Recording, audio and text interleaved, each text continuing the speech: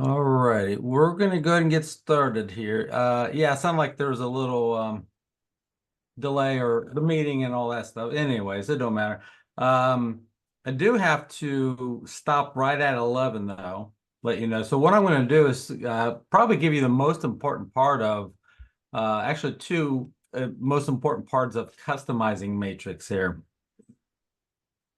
Uh, so uh, so hopefully everyone can see my screen here. So feel free to ask questions, unmute yourself, or talk in that chat item if you have questions there. So in Matrix, probably the two most important parts of customizing Matrix is under search, residential, or whenever you do a search. Let's put it that way.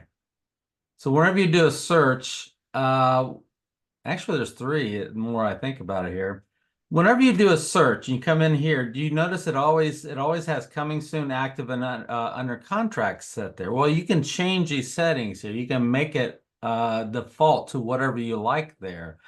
So if you never do active under contract, but you always do, let's say I always do single family detached, and I don't like under contract there. What you can do once you have things set up this way where you see these three tabs up here at the top, you can click on that little wheel right there, that little gear. And if you click on that, you can set whatever you currently have selected, which is coming soon, active, and single family, as your starting defaults. And now it's set. So what that means is now every time I go to search residential, it's always going to be what I want it to be. It's going to be coming soon active, not active under contract, and single family detached always there for me. I know it's just a few seconds there, but if you find yourself just doing the same search criteria over and over again, it could help. Now, let's say I don't like coming soon, but I do like active under contract and single family. And just ask yourself, is there anything else that I like to do here? Just go back up and set that as your default. And now this will be my starting default. But I'm going to go back and I'm going to reset it to the system-wide defaults, which is back to this and not single family detached. So it's a little small little customization, but you can make it whatever you like. So if you find yourself doing the same search criteria over and over again, or typically set it that way, and it can be there. All right, so next is on the map here. So every time I do a click on the map, look this is your default map right here. I mean, I can see Fort Myers over there. I can see West Palm Beach, which is great. But you know what? We're up here in Martin County. So I want to zoom in a little bit on this area here because this is where I work, in Martin County. This is where I want my map out there. And like I said, if I don't change it, if I don't tweak it, the next time I come in and do a search, such as residential, and I go to that map tab, there it is again. It's like, I don't want that. I want this. So what you can do now here is the same thing, what I kind of just showed you on the previous screen, is set that map view and the level. You notice here, you can keep zooming in closer if you need to, or zoom out. But get it set up to where you like it. And again, just like on the criteria tab, you got that little gear again right there, that if you click on it, you can set this map view as your starting defaults. And now when you click it, it should be set. And now when I go back in and I do search residential and I click on map, it's right here at that map level. I don't have to keep zooming in and moving up to Martin County. It's there for me there. Okay. Now I think the map setting, if I go to residential income, property type, and I go to map, I think it carries over here too. Yeah, and it does. So if I go to commercial and I go to map, the map setting is going to be there too. So you can see the map setting is always set there. However, when I did that search residential, and remember when I took that out and I added this, and I went there, that's just for residential. So when I go to residential income, it's right at the main default. So I can change this one to be something different than residential. And same thing with land. Land, I can have different starting defaults too out there. But the map is consistent. That stays throughout all of them there. Yeah. Now, probably the most important part of customizing matrix that most people always want is found under residential. And it's when you do your search. So let's say I was searching for sold properties. Let's say I was looking for some comps, some comparable properties. And what I was doing, I was searching for some solds, single family, and let me just pick an area. Let's just say let's do Souls Point. I haven't done that one too much lately. So let's do a search for solds in Souls Point, single family, and I got 22 of them in the last 6 months here. So when I go into results here and I find them here, now as I'm searching for comps, I want to show you how to customize this display grid here. Okay.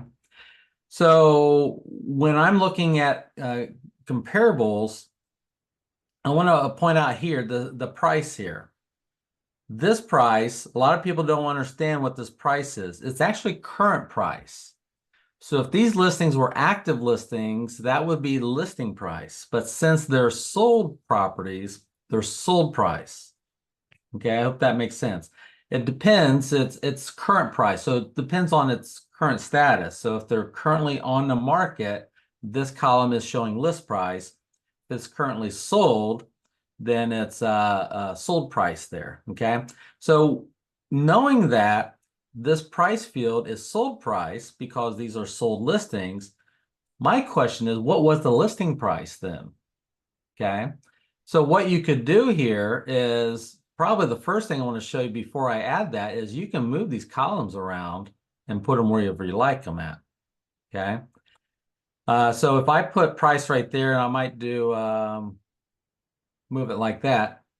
So to move them around, be careful, because if you put your cursor right there on the name, that means I can sort it. If I just left click, it's going to sort it by subdivision name. And now they're alphabetical by subdivision name. I get something in my eye here. Huh. And if I click on address, it's going to sort it alphabetically by address there.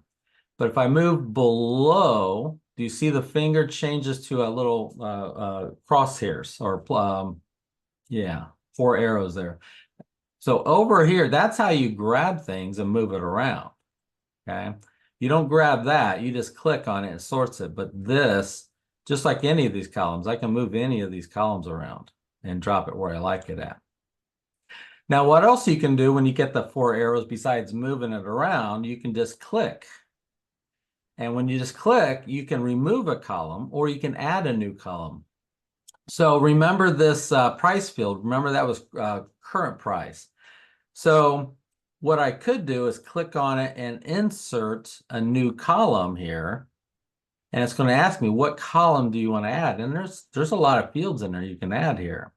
So what I'm going to do here in search is type in price and look at my options for price. I'm going to look for, I don't want rental price in here. I already have, no, I don't have sold price. So let me do sold price. Because remember, that's current price, not sold price. It's current price.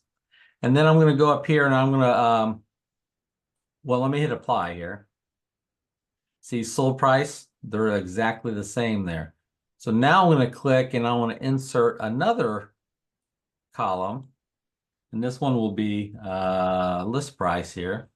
And by the way, you can hold down your control button and pick multiple ones. Like I want to add the original price. I want to know what it was originally listed for. And I want to check something here, see if there's any other price fields in here. Now there is the price per square feet. I like that field. I'm going to probably add that one next here. Okay. Oh, here it is. Last list price. Let me explain that when I get it in here. So I'm going to add those fields there. So now you can see, I know that just says price, but remember it's current price. So I don't think I need this one anymore because this one is either going to be a listing price or the sold price. Okay, remember it's based on its current status. So I don't need this one anymore. So now what I've got here, I got the list price. Oop. Let me think this through here. You got the original list price. That's what it was when it first went into the system there. Then you got last list price. Now you think last list price. I don't like that name, last list price, because when I hear it, I think it's the last price it was listed for, hence the name last list price. And it's not. It's actually the previous price before, because that is the last list price. That was the last list price. So that should actually be previous list price. But for whatever reason, Martin County has always called it last list price. So what I'm seeing here is the history of these properties. I can see that this listing at 5 Banyan Road was originally listed at $12.99, 1.299.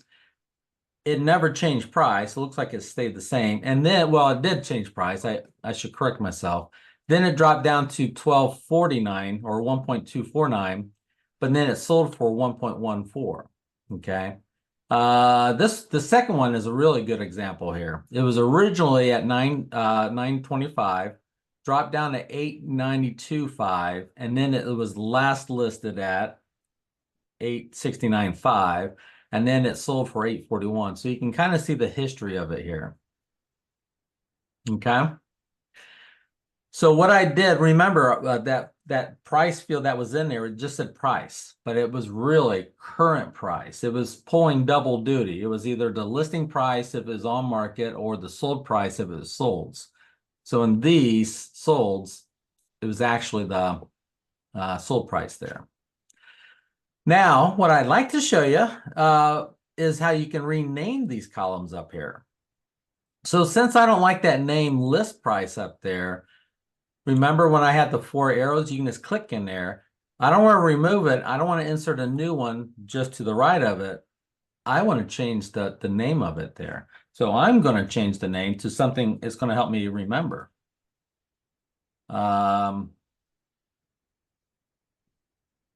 LP, previous list price. I kind of like that name there.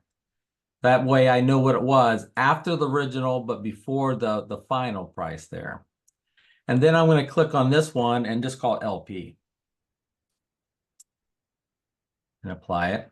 And I'm going to click on this one because look how long that column is. But see that wasted space right there? It's because this has got what we call an auto fit there. It's auto fitting it to the longest column. Well, the longest column is the name. Well, if I shorten the name, it will shorten the column there. So if I go up here and kind of rename it, we'll just call it OLP for original list price. Okay. Now what I can do, since I shortened that name, I can click on it and say auto fit. And watch the 100 change. I'm going to go down smaller, down to 68, because it's automatically fitting to the longest column. And I can do the same thing with previous list price, auto fit it, and it jumped to 68 also. And I can do the same here, but it looks like it's already 68 there. And this one, while I'm here, I can just call it SP. But you'll notice it's already 68 there. Now, here's something else you can do. You can click and center that. Click and center that part. Click and center that part. Okay, and click on center. And what that center does, it puts everything in the middle. Now, you can manually move these if you like, if you want to do that. But I'm just going to go back, auto fit it again. Okay. So now I'm kind of seeing some history here. I'm seeing what it was started for. So now when I'm looking at comps, it's kind of telling me a little bit about the history there. But now what I would like to see is the square foot, price per square foot. I can see the square feet, but I want to see price per square feet. So let's go in and add another column. let's do SQ. Ratio close price. I like that field. That's the closing price to square feet. I don't need, remember current price? I don't think I need current price. I would like to see the ratio of the listing price per square feet and the closing price per square feet. Let's see if there's anything else in here. That's just the source. Where did we get it from? Okay, let's add those two there. So now you can see it's $351 a square foot. That's closing price and that's list. Let's flip these around. My mind likes to see list price and then sold price there, or price per square feet. Again, remember how long that is. That's why you got a lot of white space there. So again, you can just click and rename it. Let's just call it LP slash square feet. How about that? And then go up here and auto fit it. Okay. And let's do the same thing here. Let's just rename it. I'm going to call it SP slash, square. I did it again. There we go. Okay, and go back up there and auto fit it there. Okay, and I like list price to sold price ratio, or sold price to list price ratio. So and when I click on this column right here, sold price, when I say insert, it's going to insert, it always inserts it just to the right of it. So it doesn't really matter because you can move it if you like.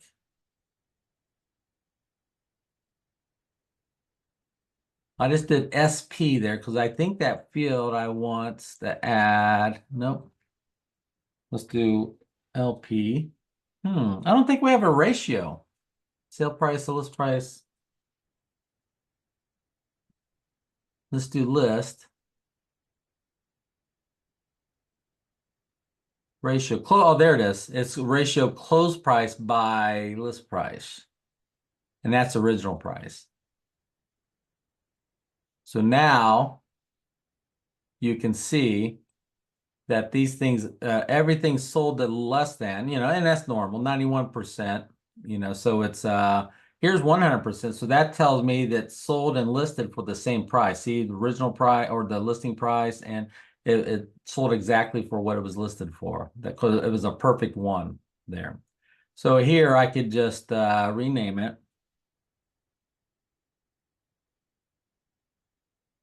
We'll call it SP slash LP %. And then auto fit it. Okay. Oh, this column here, what was that column? I don't know what that column is. I want to remove that column. It's just the $sign. And that's the other thing. If there's something you don't want, you can always remove it too. Just click. Oh, I clicked on that column. Click and remove it if you don't want it there. I want to show you this one here. It's called wrap line. You say wrap line. What this does, it'll wrap things. See how it wraps it as you squeeze it down? So if you want to add that there. I don't think I need that there. In fact, I'll just say auto fit. And same thing here, because look at all that white space there. I like to say auto fit there too. Make it nice and tight. See right there? There's the longest one there. Okay. Any questions? Do I need now make sure you need to make sure you save this though. Also, make sure you save it, because if I don't save it, I'm going to lose it here. So what I do to save it, if you follow this up here, you can see that I've created my own two up here already, because they say my this and my that. So what I'm going to do is, and here's another question. Do you want more than 25 listings on one page? Or do you only want 10? Or do you want 50 or 100? And before I save it here, see right there, manage display. Before I save this here, here's another question to ask yourself. How do I like these sorted? Okay. Do you see that arrow there, and that arrow there? That's the way it's sorted. And you notice the thickness of these arrows. Do you notice that arrow on private pool is the thickest one? Well, what that means is that's the primary sort. See, primary sort, that's the first way it's sorted, first by pool. The second darkest one is area. That's the secondary sorts. That's the field that's sorted by second. So first is putting all the pools, no and yes, together. And then within yeses, it's going by area. Well, guess what? They're all area 5. And then third, it's going by address, the tertiary, what we call the tertiary sort. Okay, that's the third way of sorting. So think, how do you want this sorted? Well, I think I might like it sorted by subdivision. Okay, put all the Sewell's point together, put all the high points together, put them all that way, maybe. Okay. And then they're all sold. But here's another question to ask you. What if I was looking at some active listings also in with the solds? Let's say I was mixing 2 statuses there in this comp. So now look at this. Now I don't think I like solds and actives together, or broken apart. I want it sorted by statuses, okay? And what if I was not just doing one area, but let's say I was doing 2 areas, like Sewell's Point and we'll say Jensen Beach there, okay? Or let's just even add in Hutchinson Island there. Let's make all 3 there. Okay, so now I've got a mismatch of areas here and statuses. Now, yeah, it's sorted by subdivision name, so that still may not be a bad idea, but I still have all my statuses jumping around in my areas there. So ask yourself the question. First, I want all my statuses together. I want actives here and then solds there. And then with my actives, I like it to be by either area or subdivision name. Okay, you choose there. And then I like it by, let's say, could be subdivision. Yeah, let's do it that way. So I want it status, then area, and then subdivision name. So if that's the way I want it, I need to click on them in reverse. So I need to click on subdivision name first, which actually already is. And if you click it a second time, you notice it sorts it the opposite way from Z to A. So let's click on it one more time here, A to Z. And then I want it by area. And then I want it by status. So I'm doing it in reverse because I want all my actives together, then all my area numbers, and then my subdivision names. So do you see all the actives together right here? And then it's area. So I got area 1. Let's keep on going. See, and then active, and then area 3. And then active. And this is a good example why you might want to say 100 per page instead of just 25. See here, now I've got 100 of them on one page. So there you got active and then area 3. Okay. But look at your subdivision. Now it's by subdivision. Okay. Now it's sorted by subdivision. So if I go to page 2, so I still got active in 3 and subdivision, but then it goes to active in area 5, but it's still subdivision. But watch what happens when it jumps to solds. It's back to area 1, back to the A's in subdivision, and it's going to go solds in area 3, and then starts again on subdivisioning. Hopefully that makes sense there to you. So since I've got the sort order, I've got all my columns in here. I took out the ones I don't like. Now it's time, and I get the per page up here too. Now it's time for me to manage or save this grid.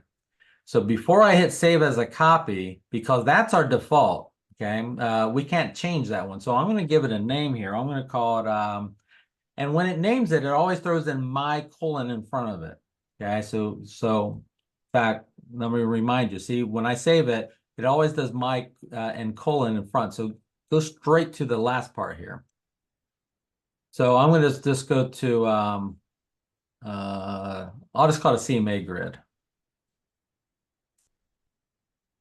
or display, whatever you want to call it there. And then I hit save as a copy.